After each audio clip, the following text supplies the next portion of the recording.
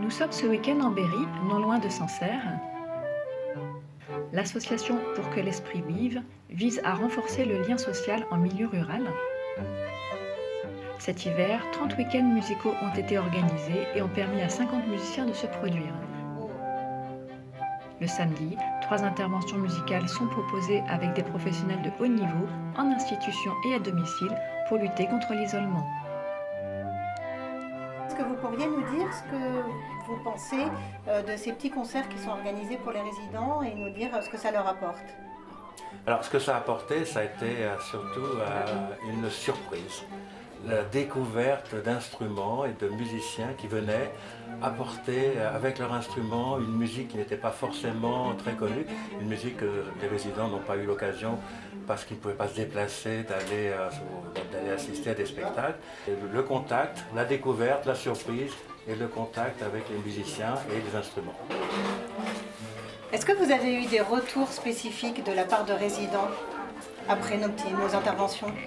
On a eu beaucoup de retours, et on a fait même très attention, je dirais, à capter ces retours. Alors ils ont été très très variés, mais dans l'ensemble, les retours, c'était on en veut encore. C'est vrai qu'ici, en plus, on est toujours très très bien accueillis. Il y a toujours des petits goûters qui sont organisés. C'est vrai qu'on aime bien rester ensuite avec les résidents, leur présenter les instruments, ce qui a été fait Absolument. À plusieurs reprises, et puis passer un temps d'échange avec les musiciens.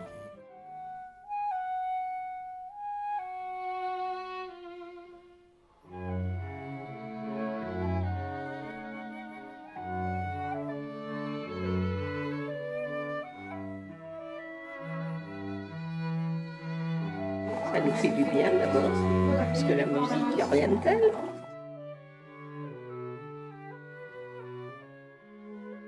Alors une MARPA, c'est une résidence pour autonomie, c'est-à-dire qu'on accueille des personnes âgées qui ont malheureusement des problèmes d'isolement, qui se sentent relativement seules chez eux et qui viennent ici trouver des réponses à ça. Ça permet aussi aux résidents d'accéder à des prestations qui n'ont plus accès malheureusement. Et puis ça leur permet d'avoir un panel de choses à découvrir.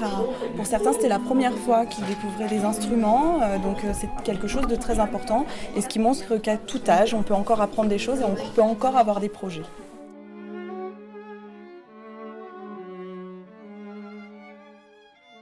Entre le violon à ma droite, que vous voyez, et le violoncelle, il y a ce qu'on appelle donc le cousin du violon et du violoncelle, qui est l'alto, à la fois un petit peu grave.